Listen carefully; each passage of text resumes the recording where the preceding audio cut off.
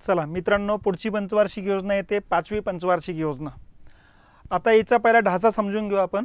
या ठिकाणी 74 ते 79 हा कालखंड या पंचवार्षिक योजनेमध्ये, ठीक आहे। स्वावलंबन आणि दारिद्र्य निर्मूलन या दोन मुद्द्यावर भर दिलेला आहे। प्रतिमान ॲलन मान आणि अशोक रुद्र, म्हणजे ॲलन आणि रुद्र म्हणतो आपण त्याला। टार्गेट टाकलं होतं आता 4.4, प्रत्यक्षात साध्य झालं 4.8। आता टार्गेट कमी केलं होतं कारण तिसऱ्या, दुसऱ्या, चौथ्या पंचवार्षिक योजनेमध्ये टार्गेट जे काही लक्ष्य जे ते साध्य होताना दिसत नव्हतं, म्हणून आपण टार्गेटच कमी करून टाकलेले सध्या। परंतु या पंचवार्षिक योजनेमध्ये साध्य जास्त होताना दिसतंय बघा। तर यशस्वी पंचवार्षिक योजना म्हणू आपण। आता या ठिकाणी पहिली 74ला समाप्त होते चौथी पंचवार्षिक योजना, म्हणून आता ही 5वी 74ला सुरुवात होते बघा। म्हणून कालावधीमध्ये काही हे नाही।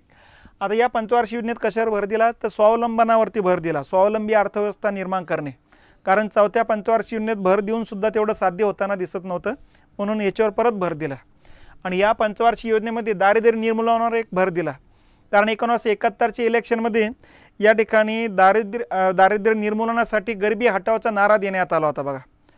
आणि या गरिबी हटावची प्रत्यक्ष अंमलबजावणी या पंचवार्षिक योजनेत करण्यात आलेली, म्हणून मग दारिद्र्य निर्मूलन करणे हे मुख्य टार्गेट या पंचवार्षिक योजनेचं येत आहे। तर अशा पद्धतीनं ही पंचवार्षिक योजना येत असते। जवळपास 53,410 कोटी रुपयाचा प्लॅन येतो हा, ठीक आहे। आणि 74ला चालू होते ते 78 पर्यंतच, तिचा कार्यकाल 79 पर्यंत आहे।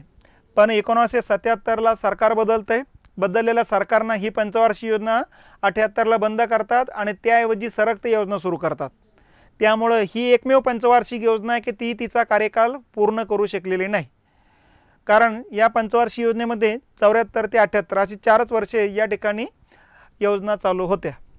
मग आता या ठिकाणी या पंचवार्षिक योजनेमध्ये कुठले कुठले कार्यक्रम हातात घेण्यात आले। सगळ्यात पहिला आहे 1975ला किमान गरजा कार्यक्रम, म्हणजेच मिनिमम नीड्स प्रोग्राम, लक्षात या नावाचा कार्यक्रम सुरू करण्यात आलेला आहे।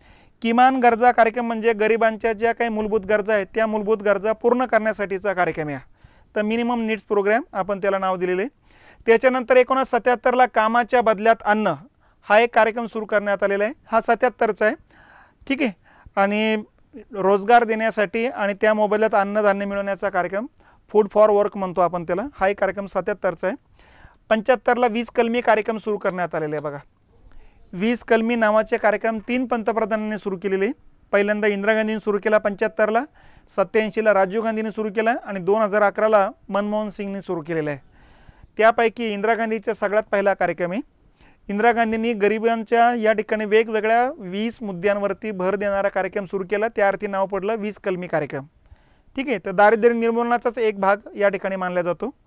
त्याच्यानंतर 75ला एकात्मिक बाल विकास कार्यक्रम सुरू करण्यात आलेला आहे, ICDS, लक्षात। तर एकात्मिक बाल विकास कार्यक्रम बालकांच्या विकासासाठीचा कार्यक्रम आहे। तर हा 1975ला सुरू करण्यात आलेला आहे। आज पण हा कार्यक्रम चालू आहे। आज त्याच्यामध्ये महिला आणि बाल विकास कार्यक्रम असं आज त्याचं नाव पडलेलं आहे बघा। तर भारतभरातला हा आजही सर्वात मोठा कार्यक्रम म्हणून गणला जातोय। 1975लाच प्रादेशिक ग्रामीण बँकेची स्थापना करण्यात आली। आता ही RRB म्हणतो आपण, रिजनल रुरल बँक। आता या बँकेची स्थापना का करावी लागली तर या ठिकाणी दारिद्र्य निर्मूलन करणं ह्या या योजनेचं एक भर होतं। आणि दारिद्र्य निर्मूलन करताना दारिद्र्यरेषेखालील कुटुंबियांना या ठिकाणी कर्ज पुरवठा होणं गरजेचं होतं। आणि यामध्ये दारिद्र्यरेषेखालील कुठला वर्ग होता, अल्पभूधारक, सीमांत शेतकरी, कुशल कारागीर हे लोक होते। आणि या लोकांना बँक कर्ज पुरवठा करत नव्हत्या, कारण त्यांच्याकडे तारण ठेवण्यासाठी काही नव्हतं। मग यासाठी काय करता येईल याकरता M नरसिंहन यांच्या अध्यक्षतेखाली एक समिती स्थापन केली होती इंदिरा गांधींनी। त्या कमिटीने रिपोर्ट दिला होता आणि सांगितलं होतं की अशा प्रकारच्या बँका काढू की ज्या बँका या ठिकाणी या खालच्या वर्गाला कर्ज पुरवठा करेल विना तारण, अल्पदराने। आणि यासाठी ज्या राष्ट्रीयकृत बँका यांच्याकडेच हे काम दिलं गेलं पाहिजे।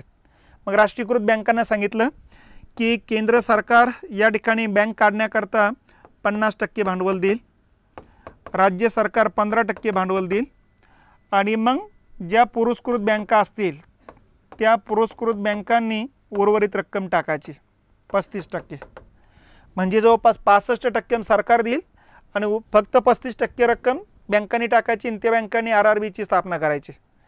आणि त्या RRB मार्फत या ठिकाणी जो खालचा वर्ग आहे, सीमांत शेतकरी, अल्पभूधारक आणि कुशल कारागीर वर्ग, लोहार, सुतार, चांभार, कुंभार, तर या वर्गाला कोणताही तारण न घेता अल्पदराने कर्ज पुरवठा करायचा. जो नफा होईल त्या पुरस्कृत बँकेने स्वतःकडे ठेवायचा. फक्त सरकारचा हा कार्यक्रम त्यांनी राबवला गेला पाहिजे. तर अशा प्रकारचे शिफारशी या ठिकाणी केल्या आणि त्यानुसार मग या ठिकाणी प्रादेशिक ग्रामीण बँकेची स्थापना करण्यात आली. ठीक आहे.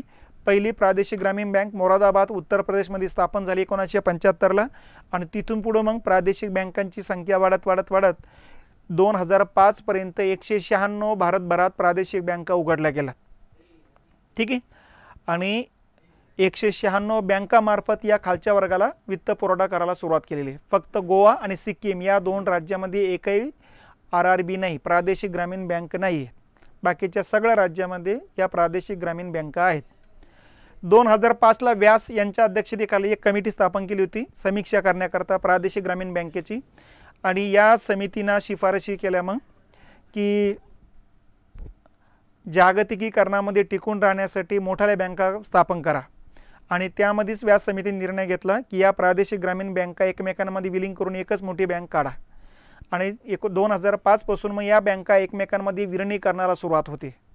अशा प्रकारे विलीनी करत 196 वरून 43 पर्यंत या बँकांची संख्या आलेली आहे. तर सध्या या प्रादेशिक ग्रामीण बँका 43 आहेत. ठीक आहे. त्याच्यानंतर 1976ला लोकसंख्या नियोजनासाठी प्रथम लोकसंख्याविषयक धोरण जाहीर करावे लागले. मग यामध्ये आपण बघितलेलं आहे की याच कालखंडामध्ये 75ला आणीबाणी लावली होती. आणीबाणीच्या कालखंडामध्ये लोकसंख्या नियंत्रणाचा सक्तीचा कार्यक्रम हातात घेतला गेला होता. त्यामुळे लोकांच्या मनात प्रचंड नाराजी निर्माण झाली होती. आणीबाणी उठवल्यानंतर मग या ठिकाणी निवडणुका लागणार होत्या. सरकारचे सगळं लक्षात आलं म्हणून सरकारनं लोकसंख्याविषयक मवाळ धोरणाचा अवलंब आम्ही करणार आहोत असं घोषित केलेलं आहे बघा. पण त्याची अंमलबजावणी त्यांनी काही केलेली नव्हते, हे लक्षात घेतलं पाहिजे. तर पहिले लोकसंख्याविषयक धोरण ज्यामध्ये लोकसंख्या नियंत्रणासाठीची काही मार्गदर्शक तत्त्व सांगण्यात आली होती. यामध्ये गर्भनिरोधक साधनं मोफत ग्रामीण भागात वाटप करणे, लोकसंख्या शिक्षणाचा शिक्षणामध्ये समावेश करणे, जाहिराती किंवा जाहीर प्रदर्शनं भरून या ठिकाणी वाढत्या लोकसंख्येचे तोटे लोकांच्या लक्षात आणून देणे, मुलीचं लग्नाचं वय 18 मुलाचं 21 करण्यावरती भर देण्यात आला. तर असे विविध उद्दिष्ट समोर ठेवून हे लोकसंख्याविषयक धोरण जाहीर करण्यात आलेले आहे. तर अशा वेगवेगळ्या योजना हातात घेण्यात आलेली ही पंचवार्षिक योजना आहे. या पंचवार्षिक योजनेचं आता वैशिष्ट्य काय आहे ते लक्षात घ्या, कारण यश मिळालेले आहे. त्यामुळे यश असेल तर यशाचे कारणं कोणी विचारत नसतात, अपयशाची कारणं विचारतात. हे यशस्वी. आता वैशिष्ट्य लक्षात ठेवा. या योजनेचं वैशिष्ट्य काय? 19 एप्रिल 1975ला भारतानं पहिला उपग्रह आर्यभट्ट हा अवकाशात सोडलेला आहे. हा पहिला मुद्दा लक्षात घेतला पाहिजे. ठीक आहे. अवकाश कार्यक्रमाला सुरुवात होते 5व्या पंचवार्षिक योजनेपासून.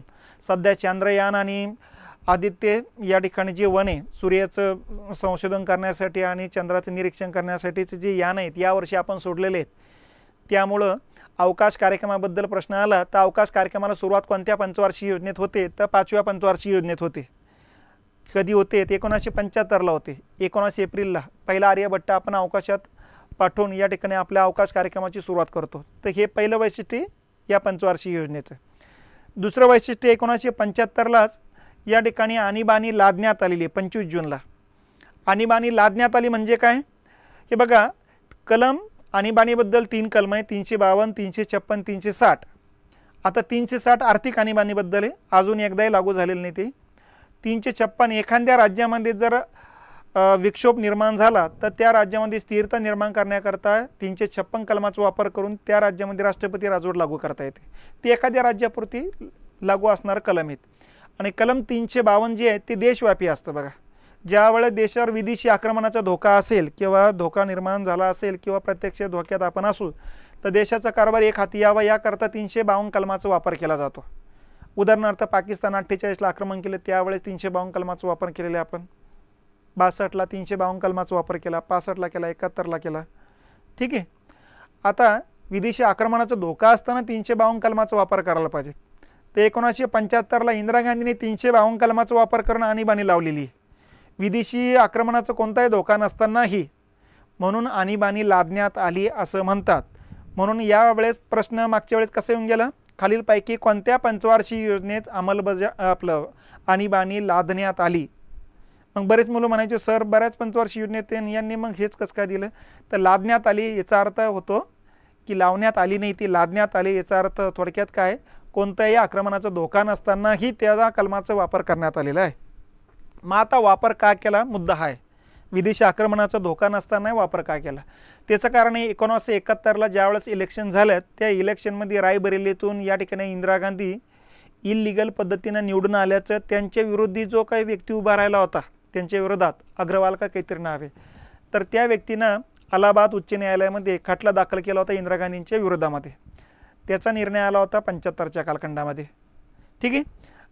आता 75ला आपल्या त्या निवडणुकीमध्ये त्यांनी जे काही पुरावे सादर केले किंवा मतदान झालं इतके टक्के म्हणजे इतके लोक आहेत ते 2 ते 3 लाख लोक जे असतील ते, त्यापैकी मला मतदान मिळालं 1.25 लाख, इंदिरा गांधींना 4 लाख, मतदान झालं 3 लाख. मग हे वरचे मतदान कुठून आलेत, याचा अर्थ हे इल्लिगल आहे आणि सरकारनं केलेले आहेत. म्हणून इंदिरा गांधी इल्लिगल पद्धतीने निवडून आल्याचं त्याने हे दिलं. मग शेवटी या ठिकाणी उच्च न्यायालयाने निर्णय दिला यांच्या बाजूनं आणि इंदिरा गांधींची निवड रद्द केली, म्हणजे पंतप्रधान पद जाणार. मग इंदिरा गांधींच्या लक्षात आले सगळे विरोधी पक्ष आपल्या विरोधात एकत्र आले, हे त्यांचं कट कारस्थान आहे. म्हणून हे हाणून पाडण्याकरता कलम 352 कलमाचा वापर करून 25 जून 1975ला त्यांनी आणीबाणी लागू करून टाकली. तर अशा पद्धतीने आणीबाणी केव्हा लादण्यात आली, तर 1975ला लादण्यात आली. ही एक घटना या ठिकाणी लक्षात ठेवा. आणि याच पंचवार्षिक योजनेमध्ये 1974ला 18 मेला या ठिकाणी भारतानं पहिली अणुचाचणी केलेली आहे, पहिल्यांदा अणुस्फोट केलेला आहे. भारत अणुशस्त्रसज्ज देश बनलेला 74ला. तर ह्या 3 घटना, ही 3 वैशिष्ट्ये या पंचवार्षिक योजनेचे लक्षात ठेवा. ठीक आहे.